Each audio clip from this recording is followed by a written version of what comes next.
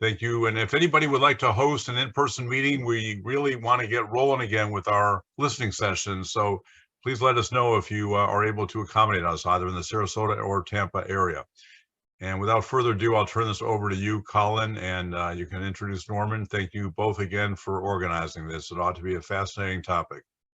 Thank you, Alan.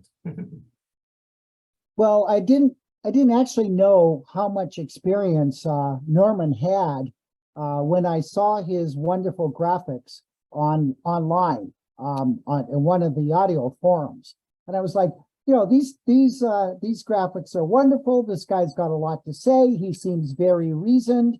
Unlike the rest of us, I think he's pretty passionate without being offensive about this hobby and this industry.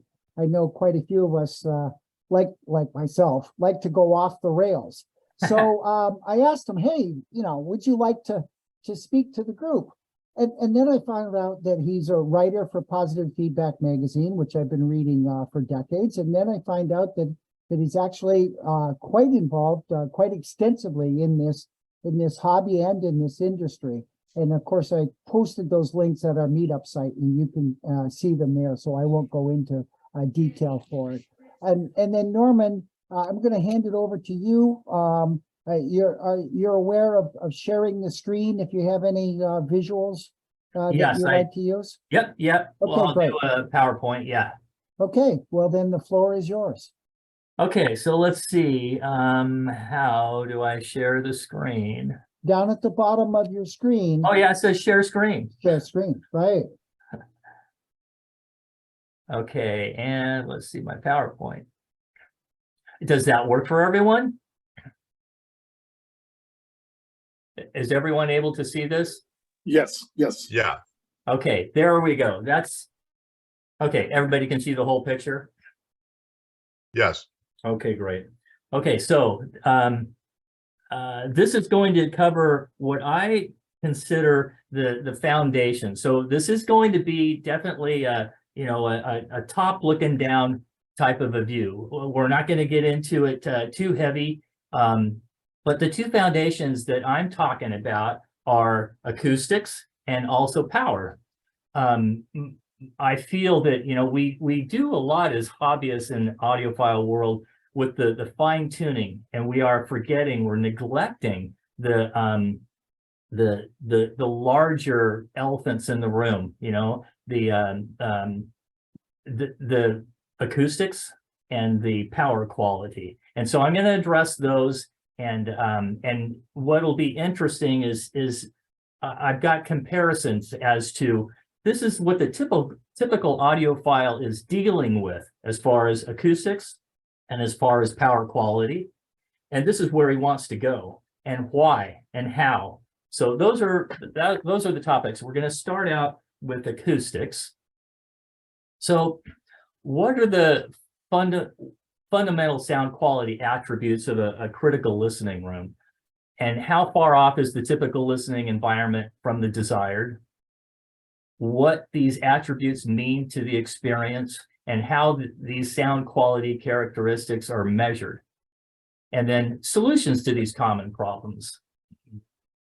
So, like I say, these are, in my opinion, they are fundamentals, and there is a hierarchy. Like anything that you're trying to tune, you know, you do the coarse tuning before you do the fine tuning. There's always a hierarchy, right? And when you mess with this, then it messes with that. And so again, there's an order to this, to organize sound from chaotic to organized is a process. So we're gonna start out talking about specifications and meaningless versus meaningful specifications. Again, as hobbyists, I think tend to get involved in some of the specifications that are not so important, and we're neglecting the ones that are truly important to the sound quality and to the experience. So I'm just going to ask. This is, you don't have to answer. Do you know what your ambient noise floor is? Do you know what your reverberation times are? Do you know what your ground impedance is? Now, this is my big, bold statement. I would say that more than 90% of the audiophiles are experiencing less than 50% of their equipment's potential. So that's I would say that, and I would say that's a conservative but bold statement. Okay. I believe there's several reasons for this. It could be that the audiophile is inexperienced as to its potential. And there's a number of ways he could be experienced. Our reference is the best thing that we've been exposed to, right? The best experience that we've ever had. That's our reference. Well, we're all at different levels of that, right? Especially if this hobby is new to us. We may have not been exposed to anything all that great yet. They may be unaware of the obstacles that are preventing a better experience. And I would say, again, that's most of us. They may not know how to control the obstacles. And again, that's going to be most of us. There may be constraints preventing them from achieving their goals. There's always going to be constraints. This is a room. This is as a matter of fact, beyond it, it's a small room. And so the acoustics, the principles are a bit different and more difficult to control. Point I want to make is that there are always compromises. There's no such thing as a perfect room, but we know what the ideal room is, and so we want to try and attain it to the best of our ability, right? Okay, and then 5, they are told the answer is to buy better equipment. And that's most of us, right? Because of the fact that we don't really know what the problem is, but we know there's a better experience out there. I've witnessed it. I've experienced it. I want that at my place, you know?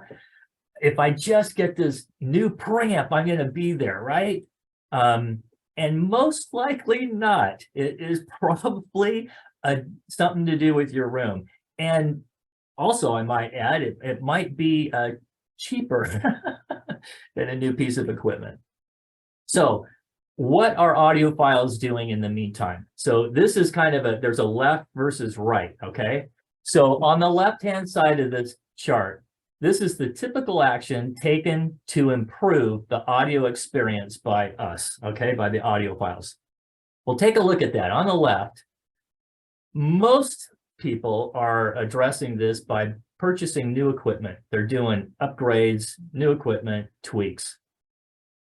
They're addressing, you know, very few of them are addressing the interior acoustics, meaning, you know, putting some panels up, some absorption, or maybe some diffusion or something like that. And physical setup. I think a lot of us are addressing physical setup, where the listening position is, where the loudspeakers are in relation to the room and making it optimal. Okay, so then on the right-hand side of this chart, this is the typical impact that those different approaches have on the audio experience. Look, they're almost reversed. They're almost upside down from each other. So the least impact is the new equipment, the upgrades and the tweaks. The really significant impact is going to be physical setup and interior acoustic treatments. And then structure-borne, I didn't talk about that over here, isolation, so that the room is quiet and so that the equipment is not vibrating, and or there are resonances and or buzzes and rattles. So the way I look at this is you know, kind of on a scale, setup and calibration and acoustics. That's really what we should be focusing on before we talk about the electronics. That has the bigger impact than does the electronics. You can have the room has the last say. The equipment cannot overcome the room. So in other words, you could have state-of-the-art equipment in a mediocre room well, it's never going to sound to its potential. But you could have mediocre, let's say mid-fi, in a controlled environment, and it'll beat the socks off of the state of the art in an uncontrolled environment. And it'll do that every time. That's how important acoustics is. So who's the audiophile? In my mind, this is a person desiring to reproduce the artist's musical work accurately through an audio playback system in a small room. I think we can probably all agree with that. What defines a small room? In our audiophile scenario, this is a space that meets the following criteria. Will likely apply sound source frequencies whose wavelengths, frequency versus wavelength, are longer than the longest dimensions of the space. So that's what we're dealing with in small room acoustics. And also incorporate shorter decay rates than, say, performance spaces. So again, we're talking about playback. We're not talking about a performance venue where you want support. You want reverberation support. We do not want that. And has strong early reflections compared to the direct sound. The boundaries of the room, they're close to us. And so the reflections, if we don't control them, are going to interfere severely with the direct sound from the loudspeakers to our ears. In addition, our typical audiophile room also includes the following acoustical characteristics. Decay rates that vary uniquely and wildly by frequency. Every room has a unique curve, if you will, or signature. And what we're talking about is decay rate of frequency over time. Well, we don't want that. Every room is as unique as my voice and your voice. Thumbprint. It's what we want is neutral. We want controlled. And I'll show you later how crazy they can vary. And we want them to be controlled. We want them to be linear. We want a curve that is nice and smooth and flat, kind of like what we want out of a loudspeaker. And it also has unique room modes. And by the way, it's not unusual at all to find differences as much as 25 or 30 dB in sound pressure level with room mode peaks and nulls in the typical room. So, again, meaningful versus meaningless. When we talk about, maybe THD or frequency response of a speaker or an amplifier or something, remember, we're probably dealing with room modes that are swinging 25 dB. So our bass response, which is the thing that most of us characterize first when we go into listen to a system or a room, I kind of identify with that. Well, it's so important to have that under control, and it's also very difficult. We'll talk about that too. High ambient noise floor, and I'll give you some specifications, but in other words, our low-level details and dynamic range are going to be masked if our HVAC is making noise or outside street traffic is making noise. And again, these are things that you may or may not be able to address, but they are there and they are big deals as far as, interfering with low-level detail. And then again, only a standard electrical service. And we'll talk about those specifics. So ideally, the goal is a neutral environment. We don't want anything that's going to add or subtract from the recording. One that does not introduce unwanted vibrations. And by unwanted vibrations, it can mean so much. It can mean airborne, structural. It can mean resonances. It can mean buzzes and rattles. It could also even mean appliances that are turning off and on that we can hear, or footfalls, or the plumbing, or like I say, outside noise. It might be air traffic or street noise or something like that. Anything that is not in the recording, any vibrations are going to cause some sound to interfere with the with the recording that we're trying to listen to. So neutral environment, that's the goal. This is our reference. This is how we're going to make our judgments too, right? This is how we're going to evaluate this new cable. Well, if we've got a room mode that's interfering, that's going to affect our judgment. So if we don't have a neutral environment to begin with, it's going to skew our judgments. And it's also going to skew our experience too. It's going to limit it. It's going to be a distortion. So here's some real world specs. So in the middle here, you've got your average listening room. This is, probably what you guys are dealing with. And then on the right-hand side, we've got the desired. So ambient noise floor. Ambient noise floor means all our equipment's turned on. What is the noise floor now? And this is measured with like a sound pressure level meter, a microphone. And the typical average listening room is about 40 decibels, and that's A, meaning A weighted. That's how you would measure that sound, not C or some other filtered weighting. Well, the desired is 18, and that is doable. It's not easy. If it's new construction, it's fairly easy, but if it's existing construction, it can be difficult. Again, depends on your scenario. The dynamic range, the average listening room, it has, and let's just figure, we're talking about 100 dB, for example. The dynamic range is going to be about 60 dB. Well, so we're missing a good 22 dB over if we had control over the ambient noise floor. That's huge.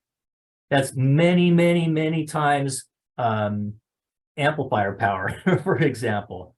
That's again, 22 dB. That's a big number in our audio world, right? And it's a really important, significant one here too. Reverberation times. Talked about this a little bit. So the average listening room frequency is going to vary over 1 second. So that curve that we want to be linear, for the most part, is going to be all wacky. Yours will be different from yours, and yours will be different from his, and we don't want that. We want to control it so that it only varies less than 0.4 seconds, nothing above that. We actually want it to be between 0.25 and 0.4 seconds from 125 hertz on up. And from 125 on down, we can allow for and actually desire a little longer decay. And that's nice because the low frequencies are hard to deal with. If we did have control that tight in the low frequency, there's a psychoacoustic problem where, from our experience from growing up, what our ears are hearing versus what our eyes see in the room doesn't correlate. And so we get confused. In fact, in anechoic chambers, I've had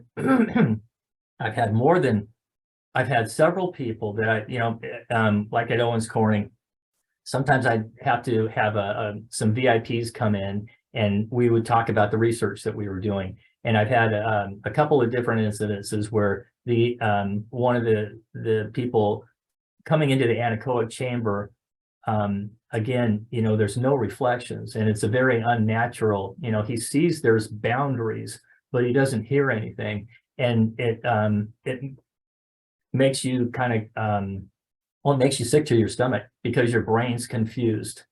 Now, obviously we have no echoes when we wear headphones, or if we're outside in a field, we have no echoes and we are perfectly fine.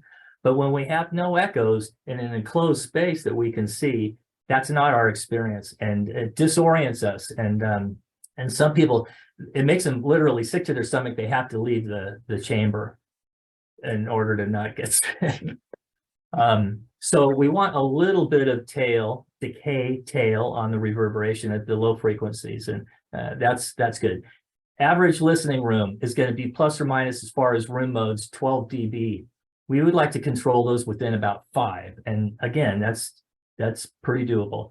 And then vibration isolation, most people don't do a darn thing about it, don't even think about it, and their whole the floors, the walls, the ceiling, all the furnishings inside, everything is resonating and maybe even buzzing and rattling. Well, it's pretty darn easy to mitigate at least 90% of that energy, and that's a big deal. And most people have never experienced that. It's like I say, it's a big deal, and most people have never experienced that. So anyway, okay, so noise floor limited. What's that mean to us as far as perception and experience? Well, the noise floor is going to limit our dynamic range, and it's going to give us poor low level resolution, and it also can be distractions, right? So kind of pulls us away. We're in the zone, and then some, car horn or something like that, or the HVAC suddenly turns off, and it just kind of distracts us from where we were. And then the average reverberation time, there's an idea of a curve that I'm talking about. You got frequency down below, and you've got decay time on the left-hand side. We don't want that to be weird like that. So reverberation is also going to limit the dynamic range, and it's going to also mask low-level details, and it's going to offer poor intelligibility, and it is tonal. Look at that, at 2000 hertz, it's got quite a peak. So that room sounds like it's been EQ'd at 2000 hertz, okay? I mean, that's very perceptual. Anybody can hear that.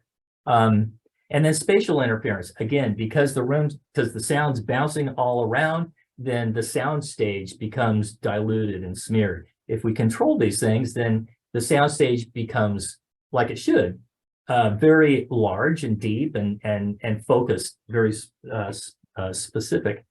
So room modes, these are all actually, real tests. These aren't just graphs that I created. These are real world situations. So in this one, room modes, nonlinear bass response, inarticulation, tonal influence, obviously, right?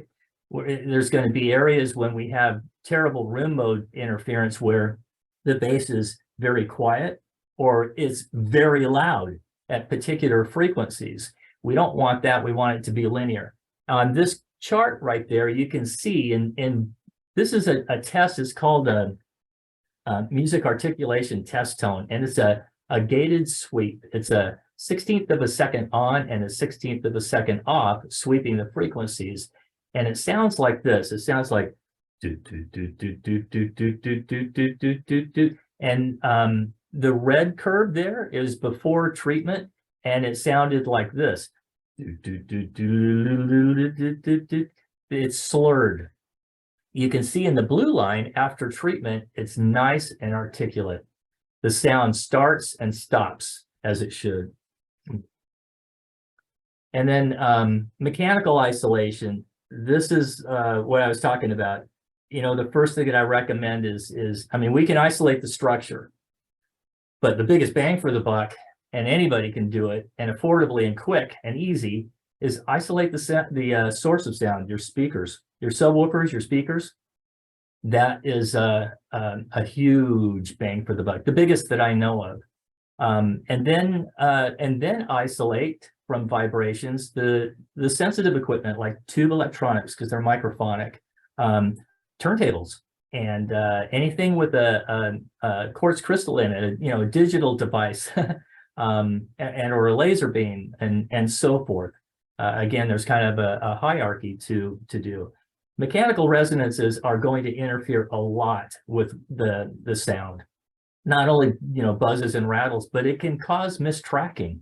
It can cause feedback on a turntable.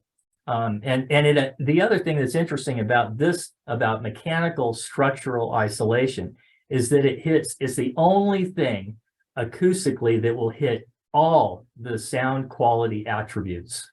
In addition, it is also the only treatment that will also address noise control. So, for example, with mechanical isolation here, if you isolate your speakers, then not only is it going to sound better for you in your room, but those in another room are not going to be bothered by, because the structure is not singing to them. So the subwoofer that you can hear on the other end of the building is no longer going to be bothersome. So those who are studying or sleeping are no longer annoyed with you. So under such conditions, meaning the average audiophile, what can we expect to hear as far as subtle equipment changes? Can we expect to make fair assessments with all these tonal and unwanted vibrations and lack of details and so forth? And might we be compensating for system anomalies? Again, when we're evaluating new equipment or new tweaks or whatever, we want to try and have a controlled, neutral environment so that we can make a fair judgment and a fair assessment. Otherwise, we're going to be chasing our tail. We're going to be going around and around and be confused. So yeah, and I discussed these already. Compensation for these different areas are fundamental. This is an interesting chart, and I appreciate that it's very busy and hard to look at. So I'm going to explain it. That they're also on my YouTube channel. You can find this and actually listen to it. So I play a little piece of music, and I increase at these different frequencies down below, 31, 63, 125 hertz, and so forth. I'll push it up 12 dB and I'll subtract it 12 dB. And you can then hear, and this is kind of when we talk amongst ourselves, we communicate with verbiage such as you're seeing here. So when there is excess frequencies, like say from a room mode at 63 hertz, it's going to sound tubby or boomy. And if you're in a null at 63 hertz, it's going to sound thin and small. So those are just kind of some descriptors that we would use when we hear these things. And this has to do with the room more so than it does with your equipment. Now, we'll use these descriptors for everything audio, right? But I just want to point out that the room is having the most and the final say.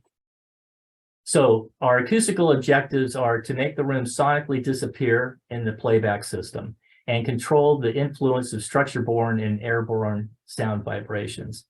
So the problems are these are small contained environments, and the sound waves, they propagate through the space at the mercy of its size, its shape, its construction, its furnishings, and so forth. And every object will resonate and reflect and absorb and transmit energy.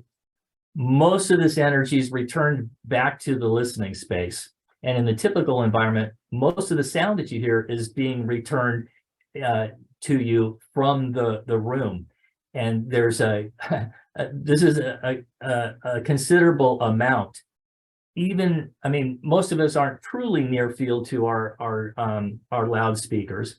And so most of the sound energy is coming from the room, and we want to try and control that so that we hear the sound coming from the speakers.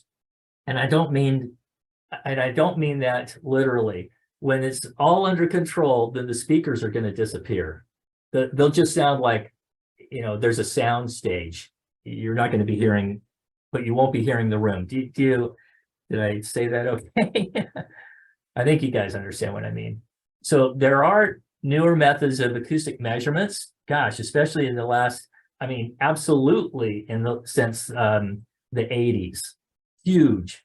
But even in the last few years, there is a lot of progress in that I don't have to go to somebody's place and run a bunch of tests. I can actually have an individual run what's called an impulse response for me, and then send me the sound file, and I can dissect that. I can look at time and energy and frequency, any angle I want to, and understand the characteristics of his room.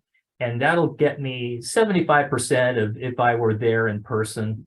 So that didn't exist before. I had to go, and two big cases full of equipment. So that's pretty cool. So the results when we get things under control are going to be a superior audio experience, and it's going to better represent the artist's intent.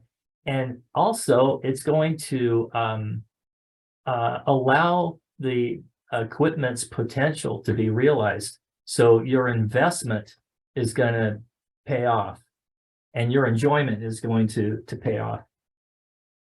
This also is a busy chart. I really want to just focus on the lower half, not in the dotted.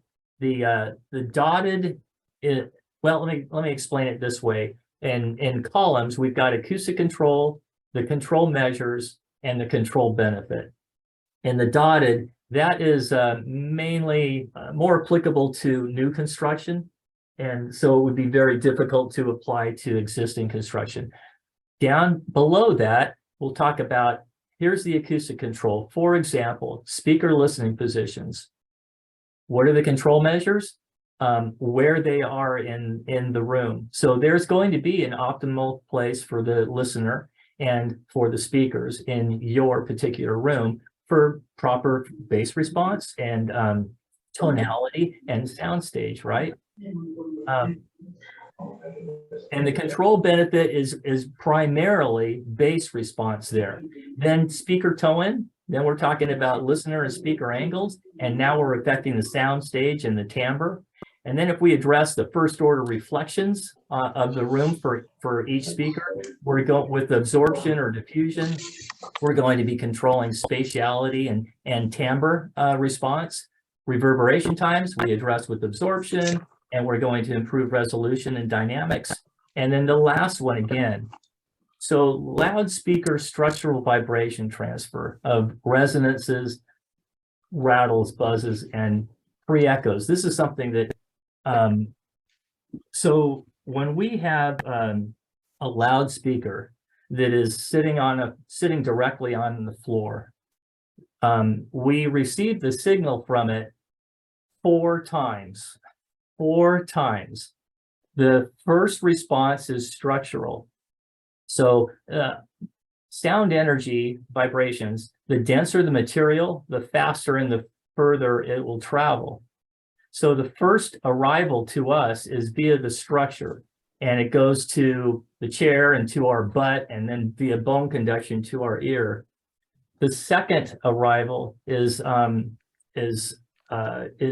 airborne, which is the only one that we want out of the 4, right? This is the airborne direct sound from the loudspeakers to your ears. The third arrival is from the boundaries reflecting of the room. And then the fourth one is the structural.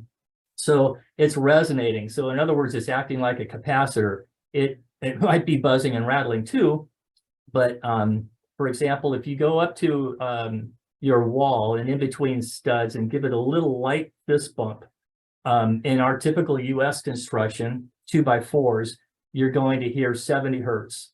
So whenever you play 70 hertz with music, which is like any kind of music, right?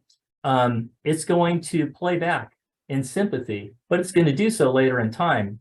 It's going to act like a capacitor. It's going to store that energy for a moment and then release it later in time after the original signal has, that event has stopped.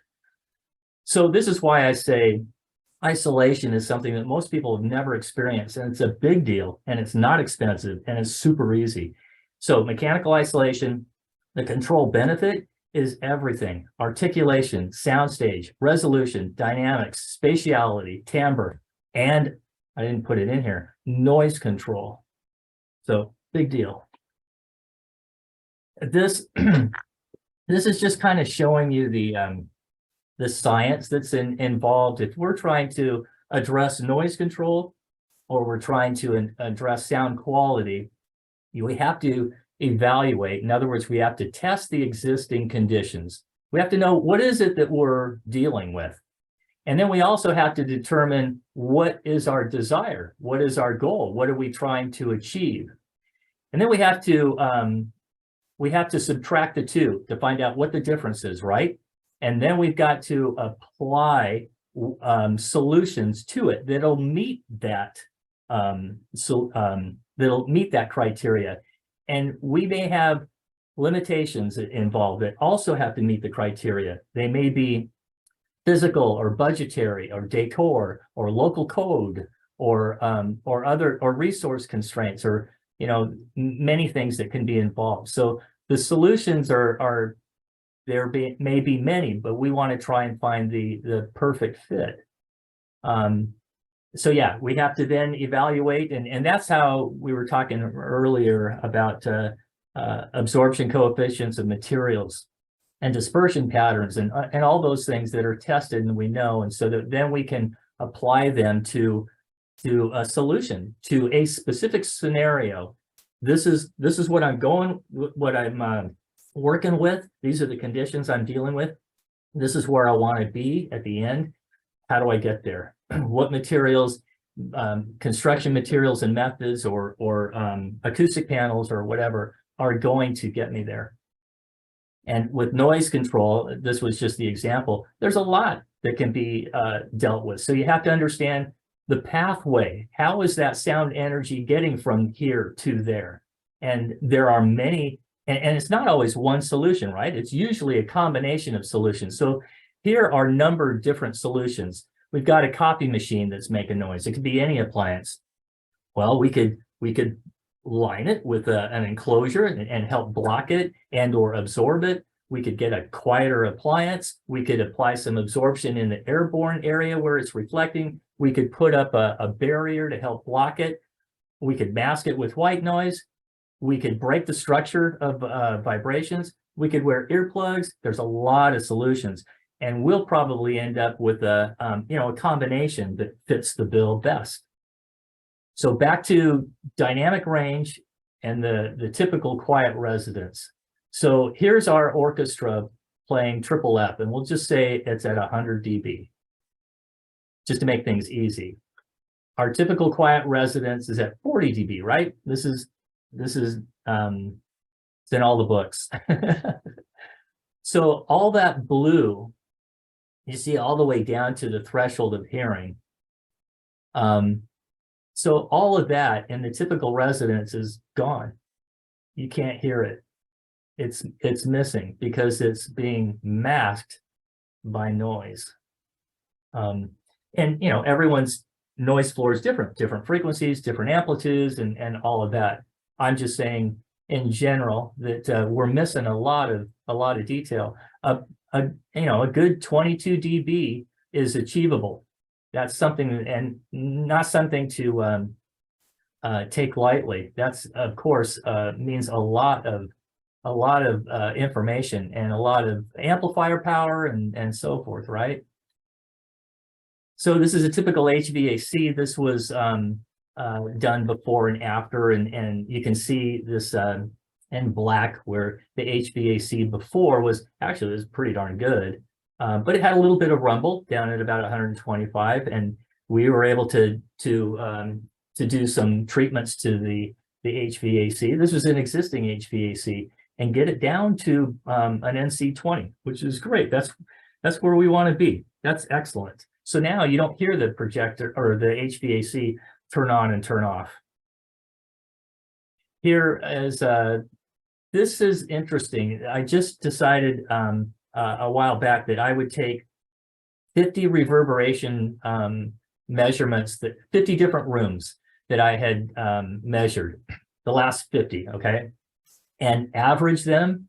So this is the average of 50 reverberation times of rooms that I was treating for Audiophiles, not recording studios or playback venues or anything. This is small listening rooms.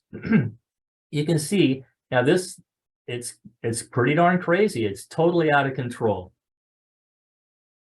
What that means is that, for example, when you've got reverberation times that are so long, you're going to miss detail. For example, if I say the word bat in a room such as that has a reverberation time that's over a second, I could be saying bath, bad, ban. I could be saying a number of different words, and the consonant is going to be masked by the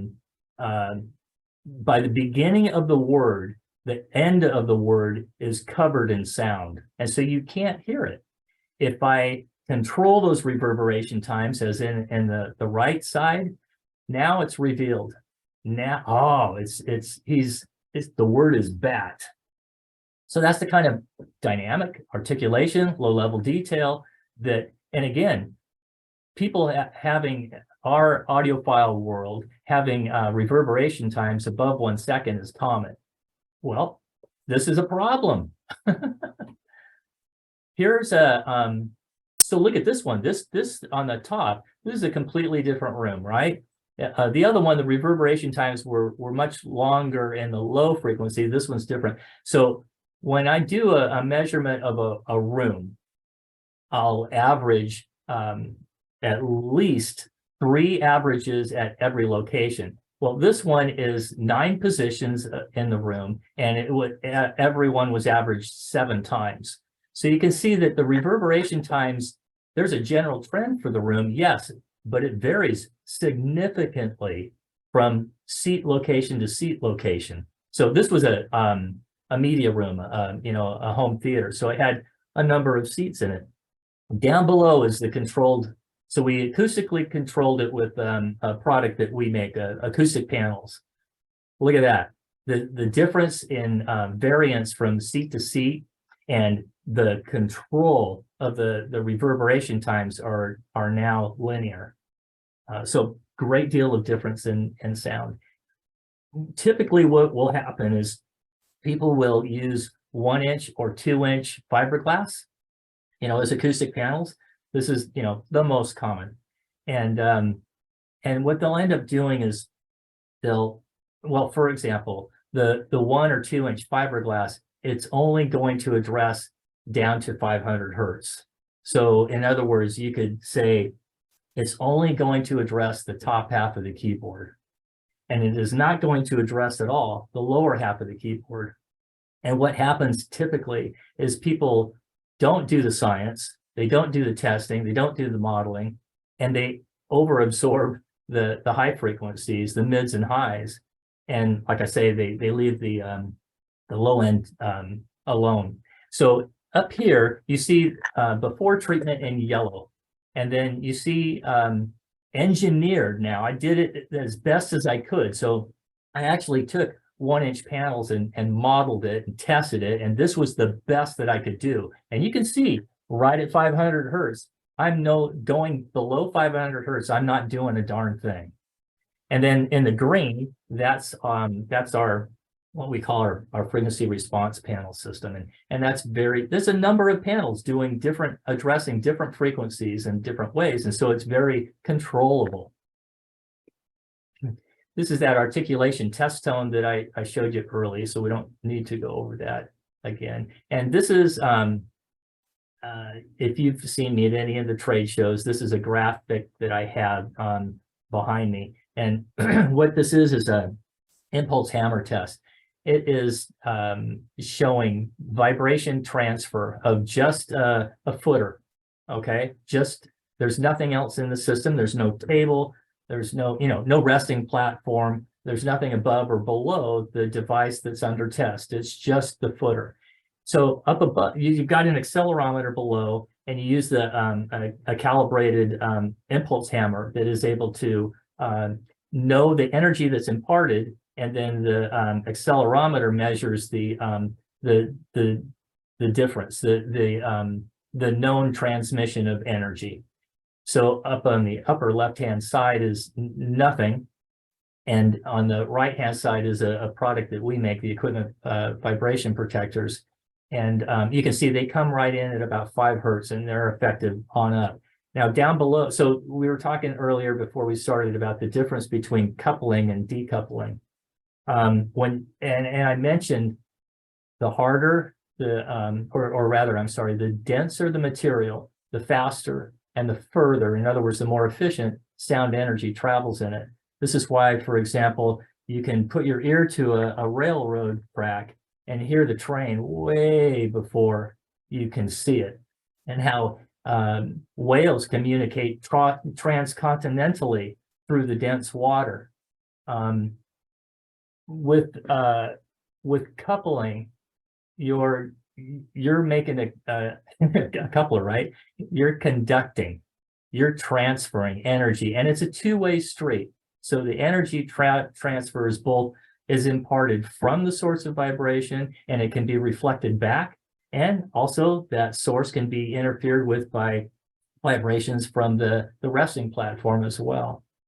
Down below is just an example of how this is a solid aluminum cone.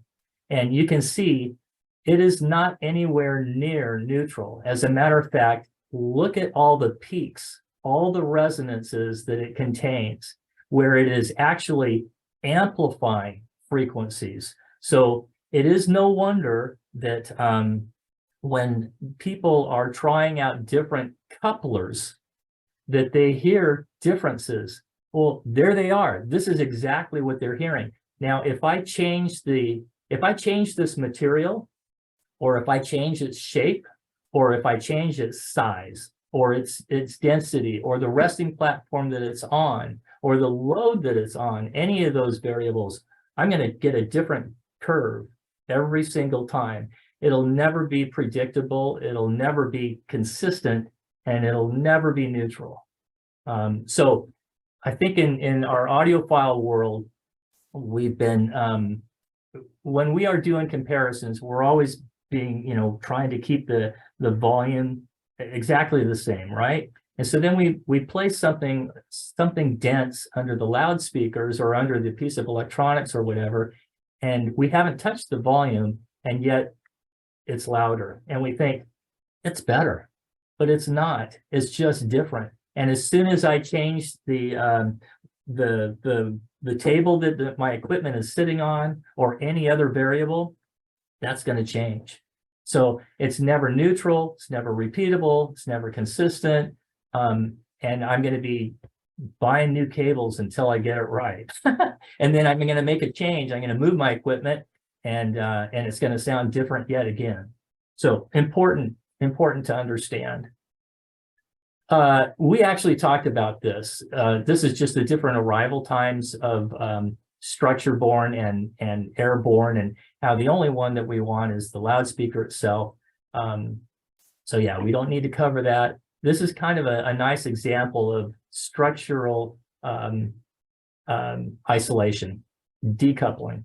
So with sorry, this is a plug for my product, but this is again what I use at the trade shows. So the whole room on the left-hand side is, we've got the speaker sitting on the floor, and so it's shaking everything. And on the right-hand side, we are decoupling it. We are isolating the source of vibrations. And now the structure is quiet, and we just hear the airborne. So acoustical upgrades. How are we doing on time? Let's see. We're okay? Okay. Ooh, I'm going slow. You can cut me off anytime. The electrical is not quite as long. So acoustical upgrades. Speaker listener locations, that's a freebie. We've all done it, right? Get the bass optimized, then work on the sound stage and the timbre. Isolate the speakers, moderate cost. Isolating the speakers from the structure quiets the room, and the cavity resonances, buzzes, and rattles, improves articulation and all sound attributes. Acoustic treatments, we're talking about interior acoustic, like acoustic panels. Inexpensive to expensive. There's lots of things out there, and it depends on what you need and so forth. But we can always optimize it to the constraints that we talk about for your particular situation. But ideally, we want to control the first order reflections, and then, because they'll also address simultaneously the reverberation times, and then see where we're at as far as reverberation times in the room. And then the last one, I can't even read it, darn it. Let's see if I can minimize this. Yeah, structural treatments. This can be expensive, and this can mean, changing the construction materials and methods, or even the dimensions of the room. But it can also mean, as far as controlling room modes, it could also mean some other passive or some other active even measures. There's a lot of ways that you can control room modes. None of them are easy, and none of them are inexpensive. Okay, so now on to electrical. I'm gonna get back to you, see it so I can see you guys. Okay, so electrical fundamentals. So again, the average listening room versus the desired. So the ground resistance, the NEC wants you to have 25 ohms or less. I rarely run into 25 ohms or less at a residence. It's usually higher than that. The desired, we would like 5 ohms or less. Peak current capability. Typically, we're dealing with, when we're talking about just your standard electrical, we're talking about less than 500 amps of peak current capability. And we would like to have more than 1,000. Voltage distortion, we're typically dealing with more than 10%. We would like to have less than 5. Common mode noise rejection, we're dealing with typically more than 2 volts. We would like to have less than 10 millivolts. Normal mode noise, we're typically dealing with more than 4 volts. We would like to have less than 50 millivolts. Harmonic content, it's all over the place. We would like to have less than 3% on the third harmonic and not have anything measurable above the third harmonic. Electrical isolation, kind of like structural isolation, mechanical isolation. Most people don't have any. And we would like to incorporate as much as possible. So electrical issues can vary from introducing audible hiss, buzz, hum, or other interference, other types of noise. And that is going to limit the performance of our equipment and possibly even cause errors and damage and longevity, shorten the life. Some of the less obvious but more common issues with poor AC quality manifest themselves as sounding flat or thin or edgy or harsh. So under such conditions, again, can we expect to hear subtle equipment changes? Probably not. Can we expect to make fair assessments? Probably not. Might we be compensating for system anomalies? Probably. So what are our objectives electrical? We want to minimize the potential to ground. We want to make that resistivity as least resistivity as we can. We want to maximize the current delivery. We want to minimize power factor correction or power factor error and K-factor issues. We want to minimize line-coupled EMI and RFI noise. We want to minimize field-coupled EMI and RFI noise. We want to isolate critical components from the main service and from each other and provide optimum safety for personnel and equipment. So there, again, like acoustical, there's newer tests and measurement equipment that are available now. And there's new ways of grounding and bonding and shielding that are much more reliable, and especially with today's sensitive digital equipment and which, you know, errors, noise, glitches, loss of information. And our trend, as you guys, I'm sure, are aware, have experienced for yourselves, that we are introducing more and more of this kind of stuff into our environment. So, you know, the trend of lower voltage circuitry with higher density circuits and more RAM and increasing clock speeds, that's just going to continue. So newer methods of grounding, filtration, isolation, bonding, all is available. And so the results are going to be longevity of equipment and safety. And more importantly, the end user is going to experience greater dynamics, resolution, and imaging in both the audio and video presentation. So the general electrical recommendations when I do such work is you want to oversize everything and overrate all the electrical. Clean any visible corrosion and carbon deposits, and replace if you tripped your breaker numerous times, replace it. And you want to gas tighten or exothermically weld all the connections. You don't want, that would be for prevention, you know. And you want to try and void other AC and signal cables by about 5 feet, or cross at right angles, or isolate when required. And that's, that's getting kind of nitpicky, but again, when you can, do it. So in summary, this is important. This is a good takeaway. Signal integrity means flowing unimpeded throughout the chain. So the three ingredients for this recipe are quality materials, large, smooth, clean, dry contact surface areas, and tight connections. Okay, so here's a real world example. This is a grounding, I'm measuring this at the grounding electrode conductor. Okay, so what that is, the grounding electrode conductor is connected to the ground rod outside, and the other end of the electrode is connected to the service panel. And I'm putting a clamp around it and measuring the resistance. So before, when I went to this particular house, we were talking, remember earlier that the NEC, they want 25 ohms. This guy had 142 ohms. Okay, this guy had $1 million stereo system. Okay, and 142 ohm resistance. Now, after about $1,000 or so, the first step that I did for him was incorporate a couple of more grounding electrodes into his system, and I brought it down to less than 1 ohm. It was a perceptual improvement. Here's voltage harmonics. You can see there's a number on the left-hand side of harmonics showing up, and our THD is 11.6. And then after treatment, what we did here was several things. It was a multi-step. We've got 3.4%, and we have practically immeasurable third harmonic and nothing above. Again, very perceptual. This is common mode noise before and after. This was introducing an isolation transformer into the system. It was designed for audio.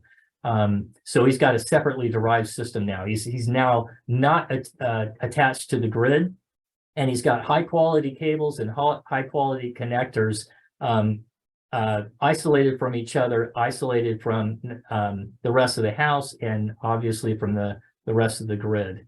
So he's got dedicated circuits with isolated grounds and home runs.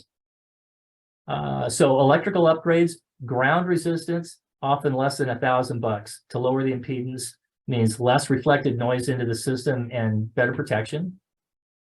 New cabling, moderate to expensive, talking quality wires and configurations and connections mean less interference, less resistivity, better impedance matching. Isolation transformer, they're going to cost between 10 and 20K. A separately derived system means dedicated clean power, no longer subject to the grid.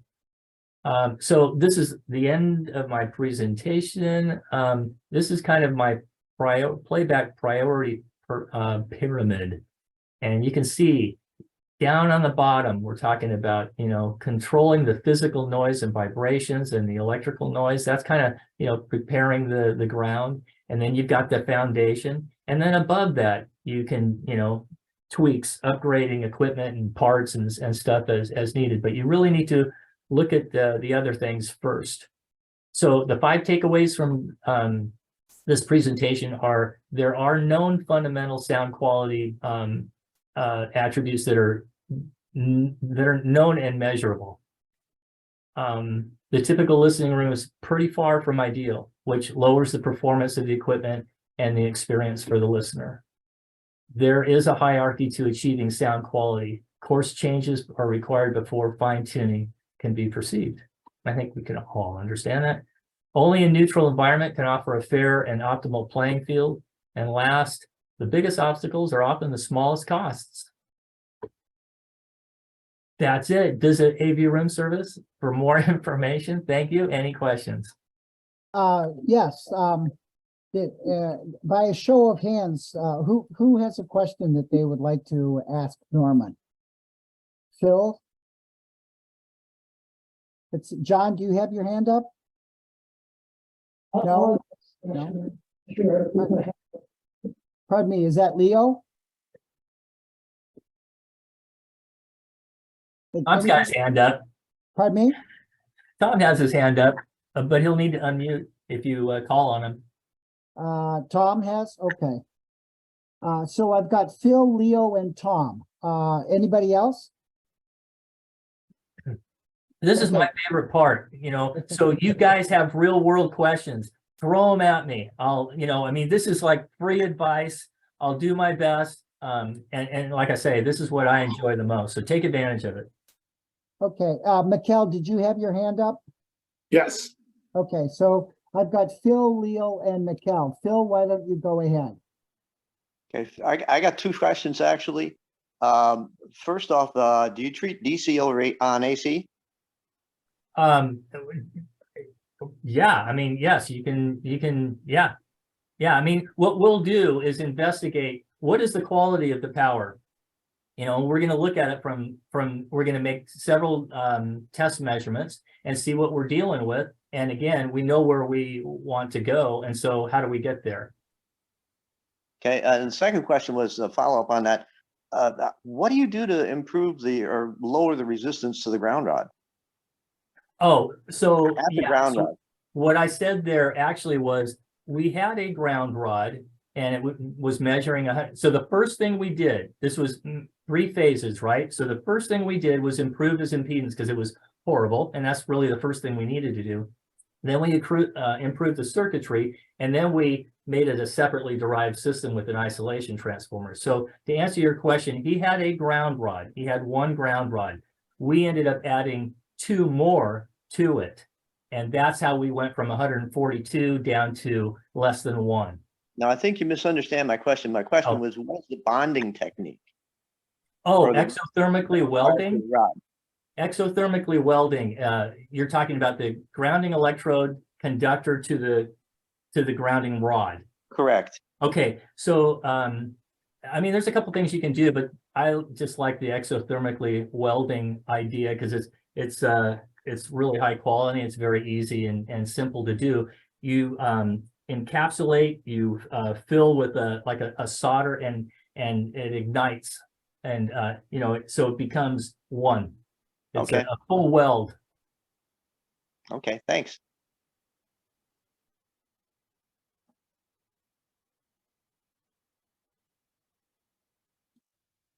Okay.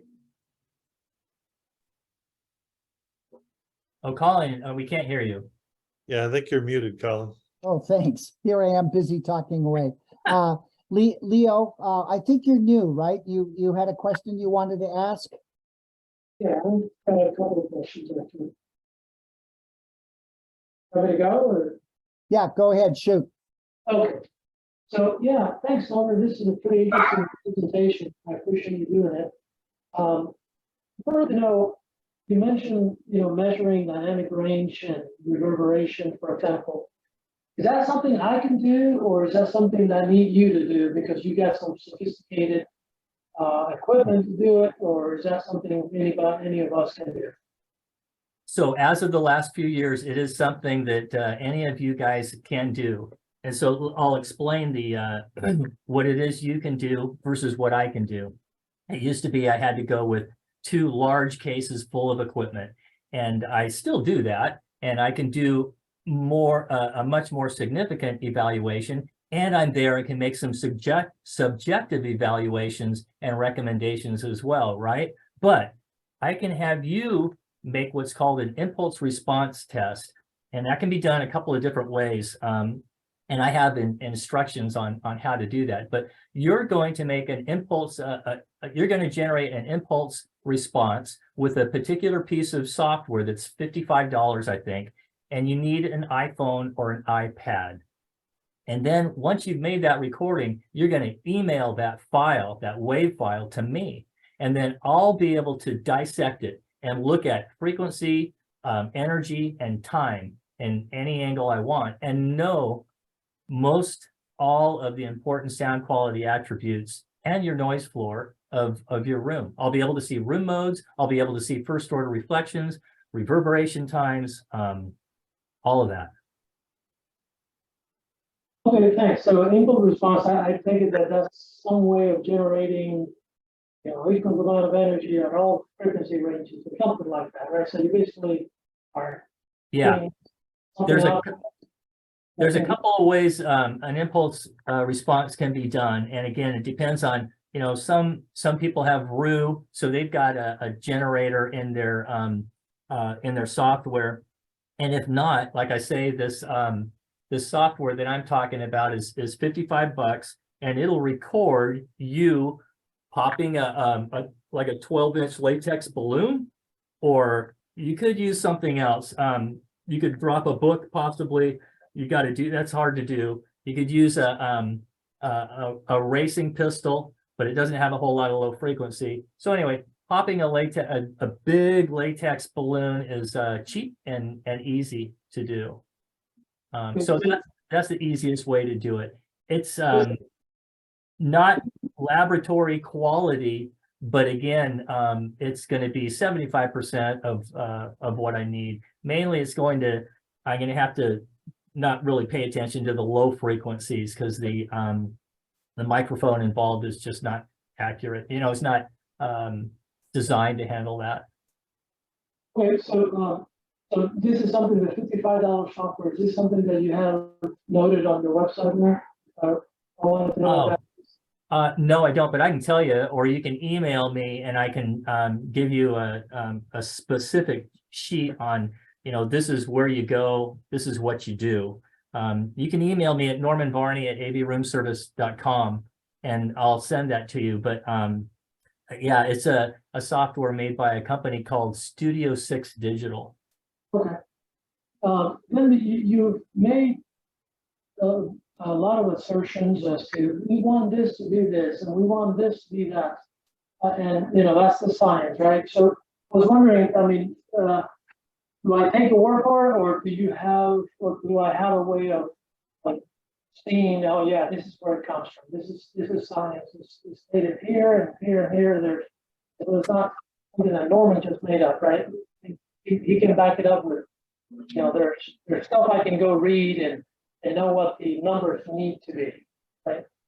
Okay, so I'm this is the reverberation times in your room. I'm having a hard time understanding, but I think I understood. I think I hear what you're saying. And so the numbers that I'm saying are desirable. You're wondering, where do those numbers come from? A lot of standards that are coming from the recording industry. Yeah, I mean, I don't know if you see, there's a whole bunch of books behind me. They're pretty standard specifications. So when I am shouting those out, I'm not saying anything that's really weird. I'm saying these are desirable and attainable.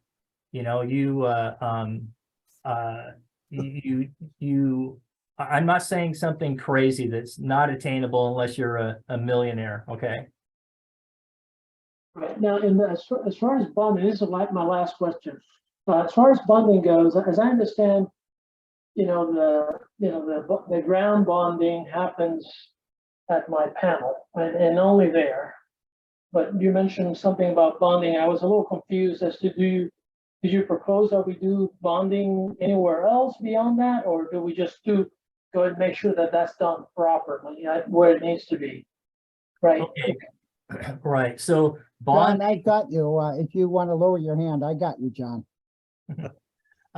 Bonding is going to mean any connection, really. So it's going to be everything from your grounding electrode from your grounding rod all the way to the pins on your cartridge. So all I don't want to go to earth ground from my cartridge. I mean, I thought bonding meant, where do we go to earth ground? At some point, as I understand, there should only be one place where that happens, where we go to Right. earth ground at the service panel. That's where we have the earth ground connection, right? There's a rod that connects to my neutral and my ground and neutral wires on my service panel. Then from there, it flows up through those two wires, but basically the earth ground connection is only at one place. Is that always? Yeah. okay? Good. Yeah, that's a safety issue. Okay, Yeah. so So we can have multiple grounding rods, but they are connected in one spot. Okay, got it. So when you talk about bonding at the cartridge and all that, your assertion is that there better be, a ground connection. Is that what you mean? Oh, no, I was just, when I was talking about, or when I thought I was understanding you about bonding, I just meant every connection needs a good bond, and, to address that, and also specifically about bonding connections and how to go about it, is in the slide presentation, which you'll have access to, right? Okay, thank you. Yeah. Okay, after Leo, I've got Tom, Mikkel, and then John. So Tom, if you've got a question, feel free. Yes, thank you.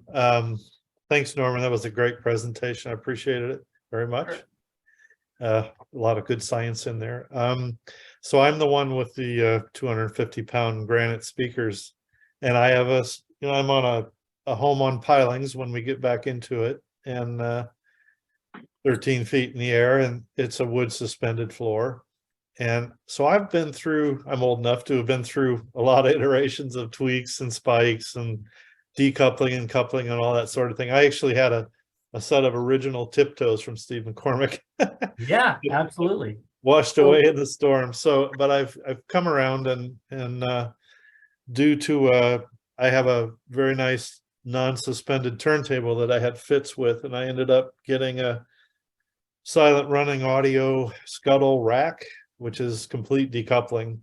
And I went from unusable, even with all kinds of footers and such, to dead quiet. Unbelievable. So I was very convinced. And so the next frontier is the speakers. And I have this quandary where Valcora, he was just on a video recently that someone did on YouTube, and he was very adamant about his granite speaker designs are made to be used on the spikes that he provides, and that's the only way, etc. And I've looked pretty extensively at your EVP platforms, the pads rather. Can you talk about the difference there? I mean, what your thoughts are relative to that?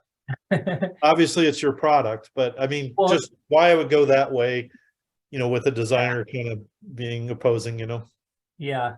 I want to handle this as delicately as I can.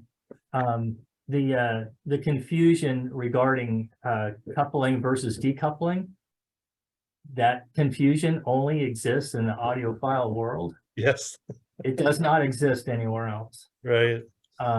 So in the noise and vibration industry, never just, it's completely understood. If you isolate, you decouple, and you want to decouple, you want to isolate. That's, that's what acquisitions get paid for, is how do I decouple? What's the best means for my application? Not how do I couple? That's easy, and it's undesirable. And, even in the pro audio world, I think there's maybe a few now because of the audiophile confusion, but for the most part, the pros anyway, it's, you decouple your speakers, you decouple your room, you isolate the floor, you isolate the walls, you isolate the ceiling, and you isolate your speakers. That's just a given.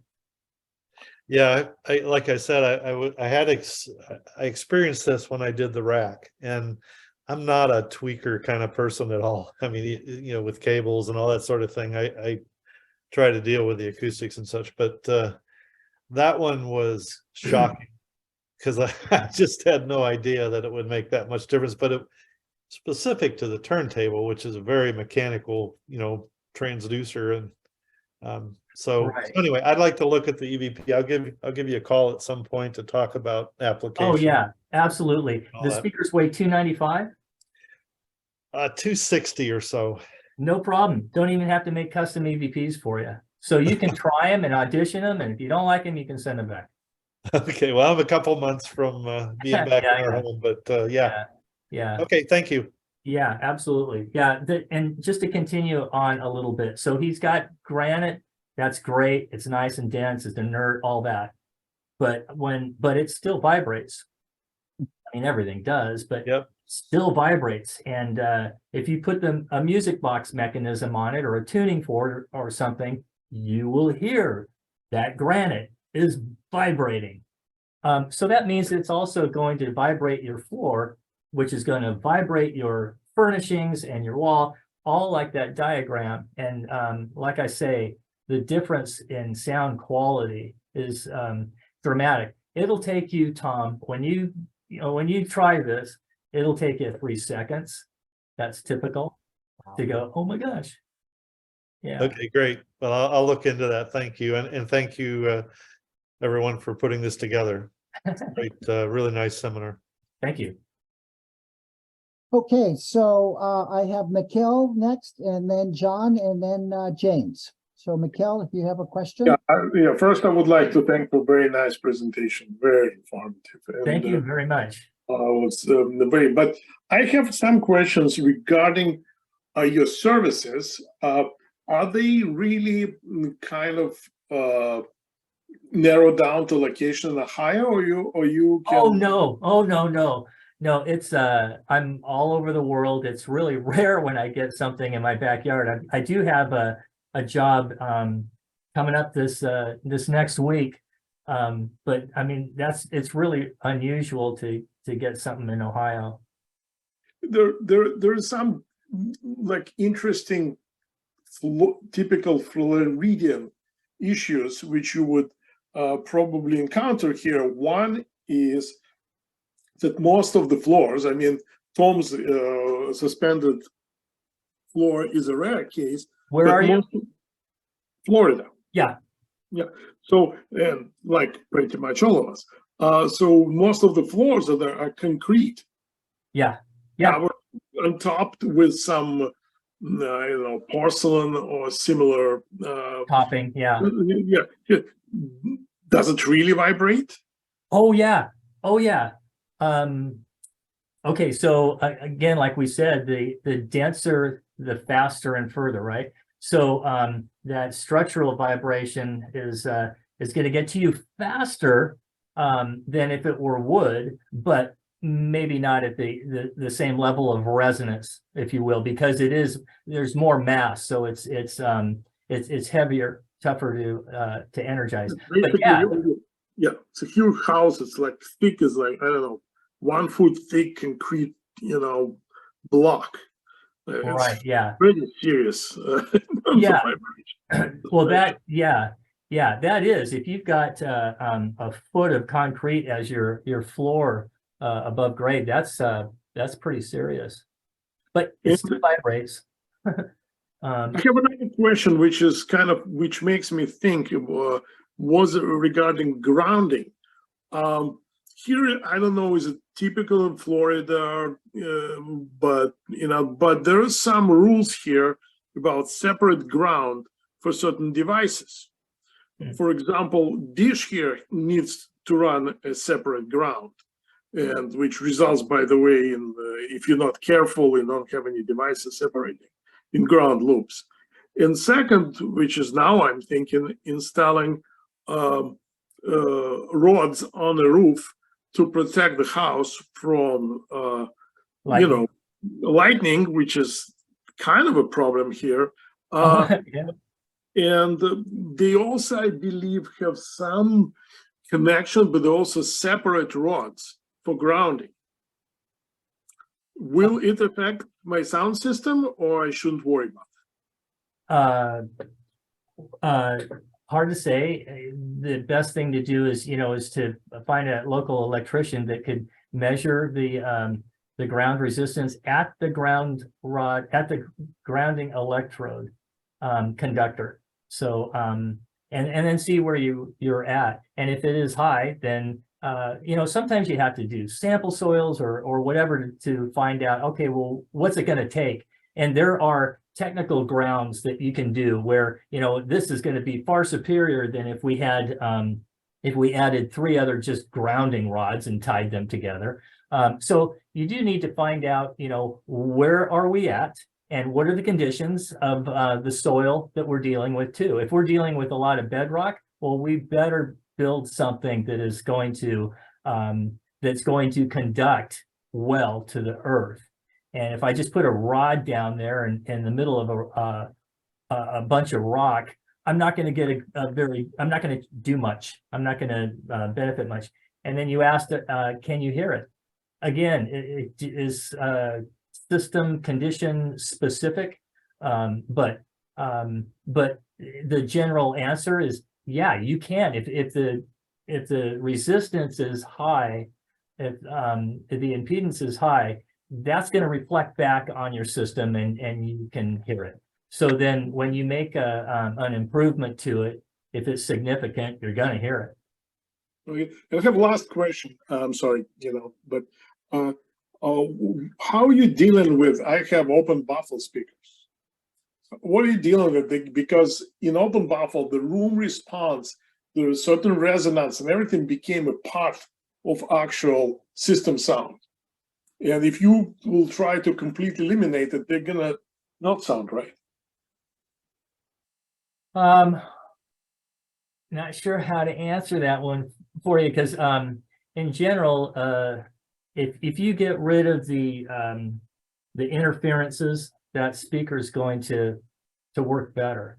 You can't really say, okay, it's an open baffle, doesn't have its own box, and therefore it needs some help in a particular frequency range or something, because this room might have room modes that are going to interfere with that, and this one may not. And I mean, a good quality speaker should sound good in a good quality environment, right? And not be specifically designed for a specific environment, or the chances of success are next to none. So I would say that I think that your speaker is probably more forgiving than you're giving it credit for, and that if you did control the acoustics in your room, you'd be impressed, you'd be happy. Thank you. All my questions. Thank you so much. Okay, thanks, Mikhail, who, by the way, has a wonderful sounding room, but I'm not sure how he's going to control all the all the reflections. Actually, the lack of reflections. His sides are kind of open. So I've got John next, and then James. So John, go ahead. Sure. Okay. Thank you for your time. It's really very good slideshow. Thank you. Thanks, John. And I'm the exact opposite of the person that said they're not a tweaker. I love to tweak. Okay, that's what I've been doing ever since I've been 15 years old, and I'm old right now. So, so I just have a question. I do have my room set up with absorption, diffusion, bass traps in the corner, pretty well isolated. It is upstairs, so I'm isolating as much as I can. But I did have a question about vibration isolation, if I have the right idea when you do it. Okay. A lot of times I'll use an air bladder, and I try to bring the resonance of the air bladder, resonance of the equipment, down below the frequency, the lowest possible frequency played in the room, maybe 5 hertz, 7 hertz. Yeah. And what I do is I'll just push on the equipment and I'll count how many times it moves. That's the resonance, pretty much, right? Like if it moves 5 times, it's kind of moving at its resonance, at the whole system of the resonance on the air bladder. Yeah, I would say that would be hard to count, but okay. You're right. It is. I mean, you're right. It is kind of hard to count. But I mean, that's kind of what I'm doing as far as isolating. I'm trying to bring the frequencies below what's possibly produced in the room. Yeah, and just the general guideline would be at least an octave below the lowest frequency of interest, whatever that is. An air bladder. Now that's pretty unusual. I mean, if you're talking about an air bladder for industrial loads, I mean, talking really heavy, I can see that, but I don't know of any air bladder. And you can tell me, John, if there's something I'm not aware of, but I don't know. A small bicycle inner tube. Okay, so that's going to have filled about half, or maybe even a quarter. Right. And then you can kind of check the resonance, like you were saying. It's kind of hard to count, but you can tell when you start getting lower resonance. Well, I can tell you because I have done that experiment too. And so actually measured it. And so, yeah, you're talking about a fundamental, but there are higher resonant frequencies that are well in the audible bandwidth with such a device. The other hassle is that you have to maintain it. Right. It deflates. I would suggest another form of isolation that does a better job and doesn't require any maintenance. Mm-hmm. Yep. Okay. Okay. That's fair. But yeah, And that's a nice tweak, but it's, I mean. it did affect the sound in the Oh, positive. yeah. You know, Yeah. so like, Oh, yeah. it might not be the best way to do it, but The other thing that's difficult about it is to balance it. Like, for example, if you're putting it under a speaker or a turntable, good luck. It's going to be really difficult. Under a piece of electronics, doesn't really matter. exactly. So another question for you. There are some people that think that because they boost their cable with cable lifters, that people are absolutely crazy. Now, I definitely feel I hear a difference.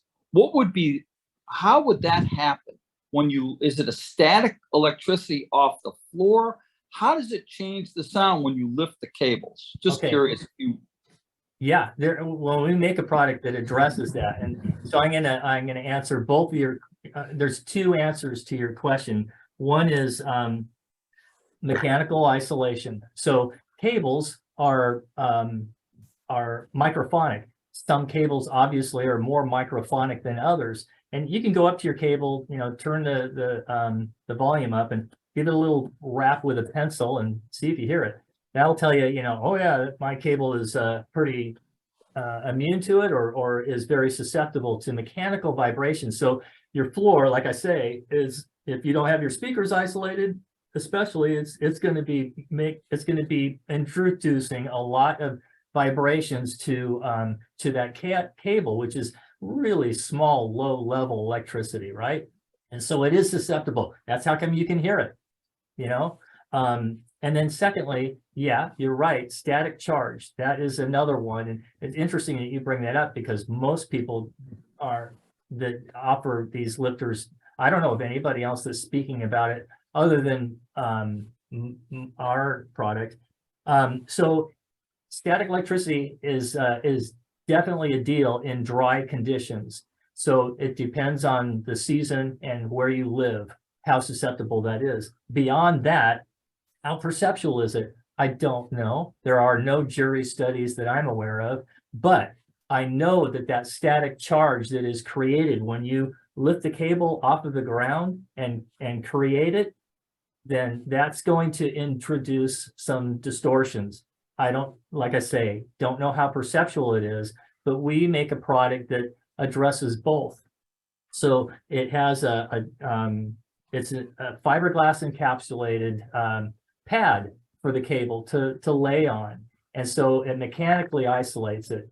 And then secondly, the jacket that it's encapsulated with is an electrical conductor. So it's a mechanical isolator and it's an electromagnetic conductor to the ground. And on my website, I show a static electricity meter.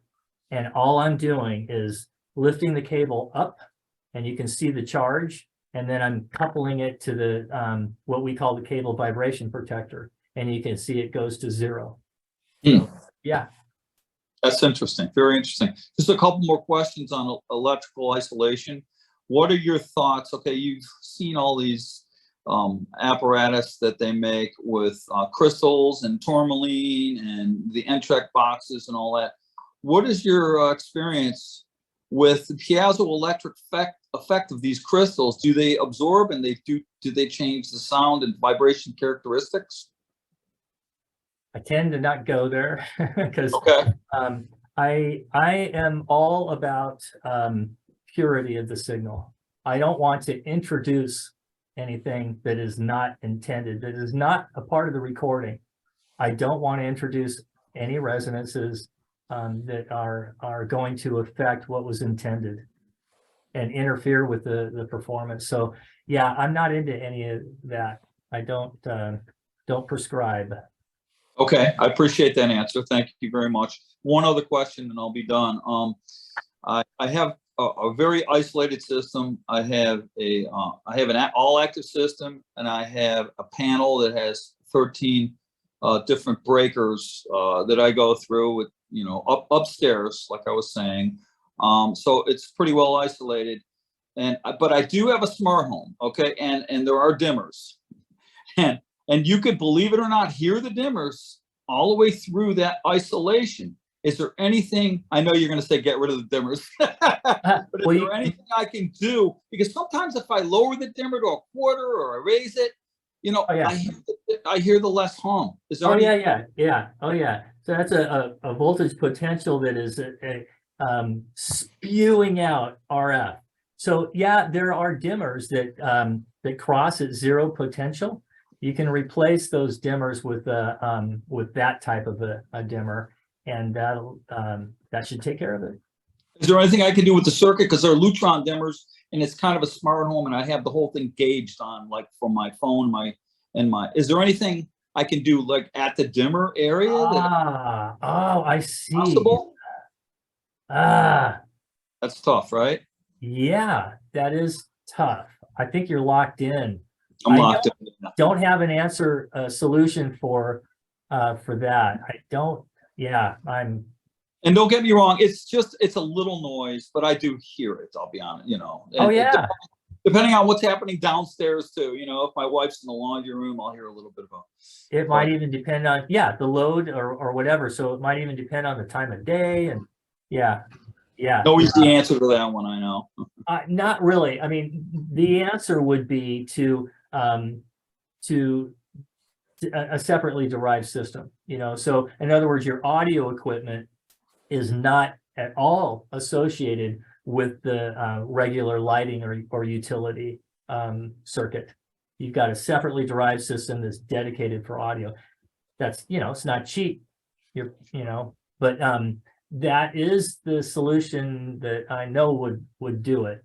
But then it doesn't, that would mean that, okay, if you're operating your system with the Lutron, then crap. Yeah. I mean, it's not a deal killer. Don't get me wrong. It's still very, very low. But in an audiophile, every sound bothers an audiophile. Yep. Oh, I appreciate you.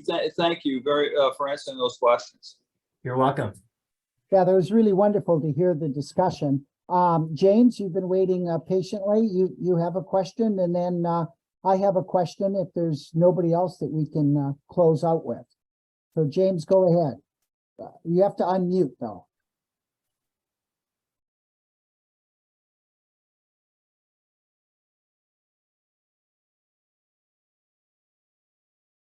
Can you hear me now? Yes, we can hear you now. Yeah. What about like a battery backup power conditioner, like an APC 15? What's your opinion on that? Nice and clean and quiet. That's a good route to go. It's not always the optimum as far as current capability or that kind of thing. So it may not be always the solution, but as a general rule, that's a nice clean feed. So. And then one other quick question. I have if you want to call it the great room where I'm going to be setting a system up, and on the side of the room is a whole panel of sliding glass doors. So right now we're going to be putting up drapes. And blackout drapes, because it's also going to be an audio video system. Do you have any recommendations of what materials to go with the blackout drapes? No, not really. I mean, the thing that you're going to want to address is, so this sounds like a room that you're going to be adding some acoustic treatment, right? Beyond the curtains. Well, yeah. Well, what I do is I definitely put a rug down and 40-ounce underlay underneath that, on the floor. Okay, all right. Nice one. Well, when you said blackout curtains and everything, I'm thinking, okay, this is a this is probably a more of a dedicated space, but not necessarily. Right? No, not on that one. And I think Mikkel has the same problem with his room. Yeah. Well, so I was just gonna say, you want to make sure that the drapes help you with reverberation times. Right. They're not going to help you as far as low frequency information, but you don't want to end up getting drapes that I have no idea. You said you're going to, some area rug, and I don't know what the furnishings are like as far as upholstery or all that, but you do want to be thinking about reverberation times. And so the curtains are going to have a substantial impact on that. We just want to make sure that they aren't too much or too little. And there are a lot of options out there. They're going to be pretty significant because they're essentially two curtains, because they got the blackout material behind a fabric. But the heaviness, the thickness, the material itself, the porosity, and the pleating, that is all going to have a big effect on how much absorption at what frequencies you're introducing into your room. And you just want to be cognizant of that. And I can help you with that, but I just want you to be aware of that. It's going to be a big influence. Okay, great. Okay, thanks. Okay, does anybody else have any questions before I take my turn? Please raise your hand. Anybody else? Okay. I can go after you if you want. I just had another quick question at the end. Was that Leo? Yes. Yeah, go ahead, Leo.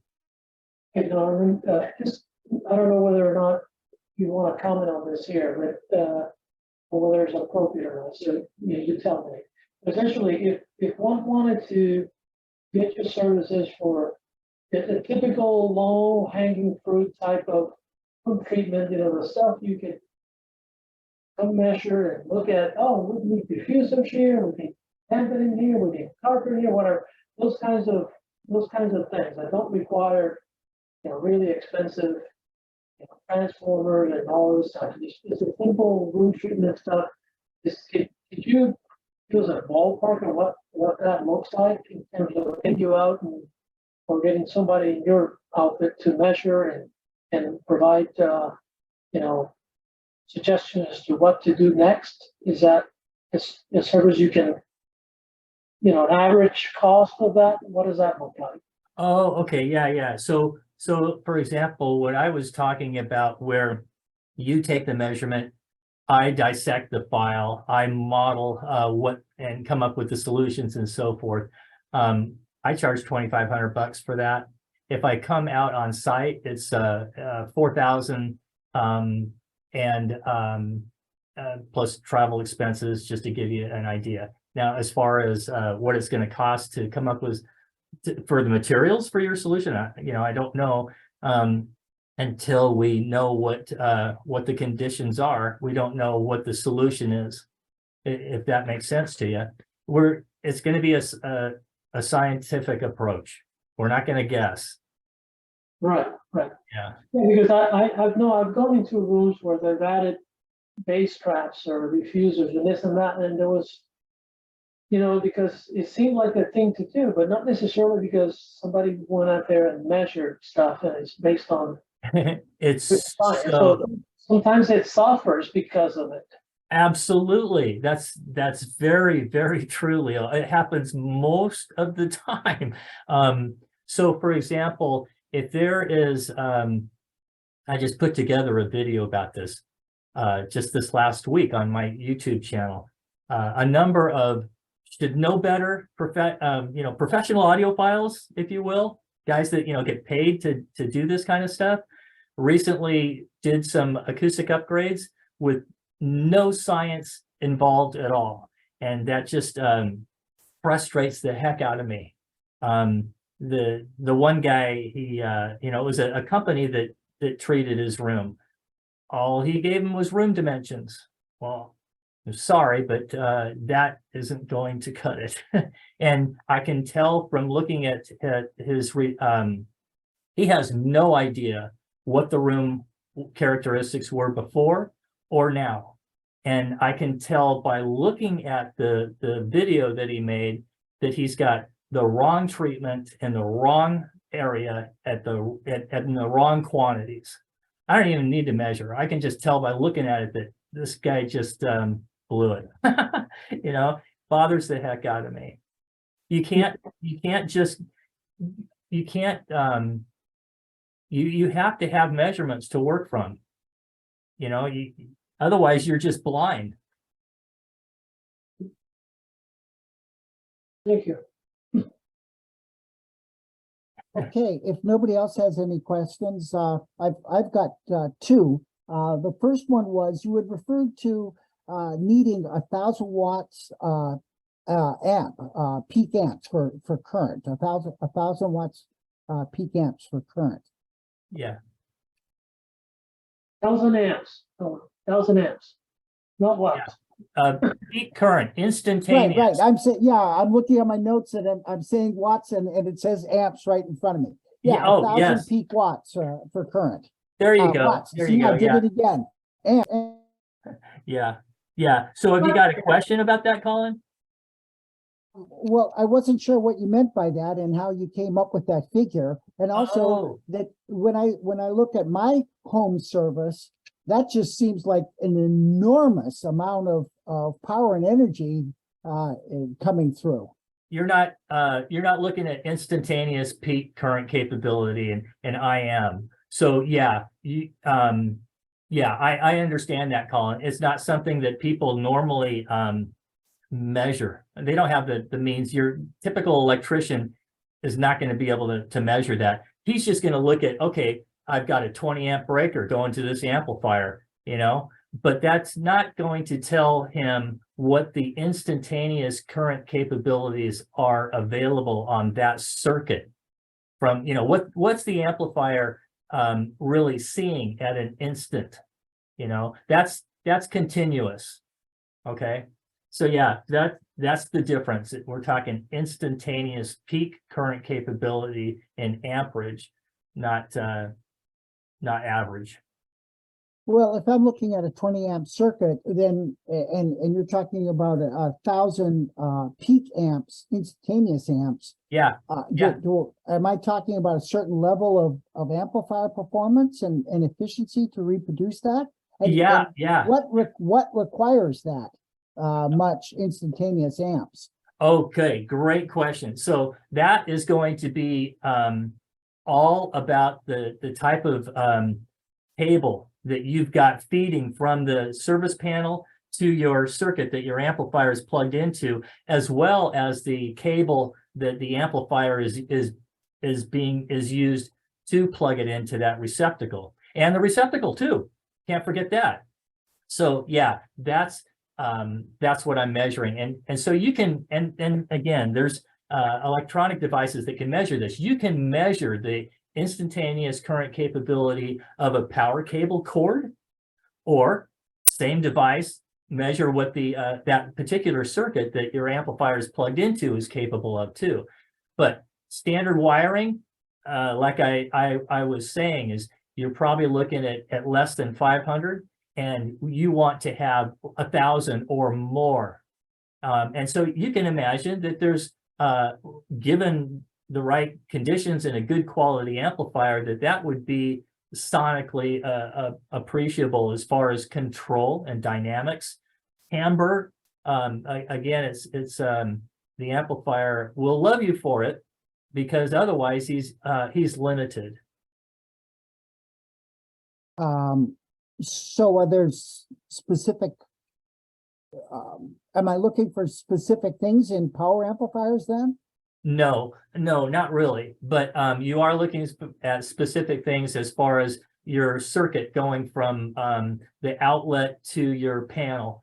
It needs to be, like I was expressing before, as far as electrical, you want a heavy gauge, you want a purity of copper, you want a good insulator, a good dielectric, and ideally you want to have an isolated ground, a home run ground.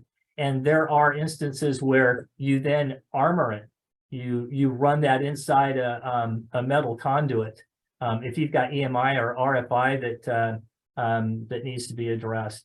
It goes on and on. You can also, depending on the quality of the system, but for example, the same length, if you've got you've got a couple of amplifiers, okay, you got a dual mono setup. Well, those circuits ideally ought to be the same length.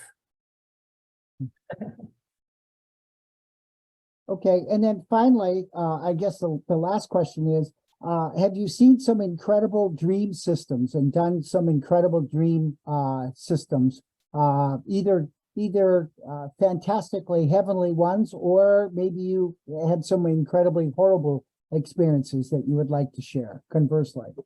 Oh gosh. So I've been doing this for decades, but yeah, there's a system up in Montreal that I've been involved with that is really good now. It's an expensive one as well.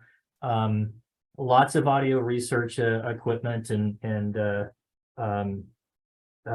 big speakers and stacked 6 subwoofer cabinets stacked and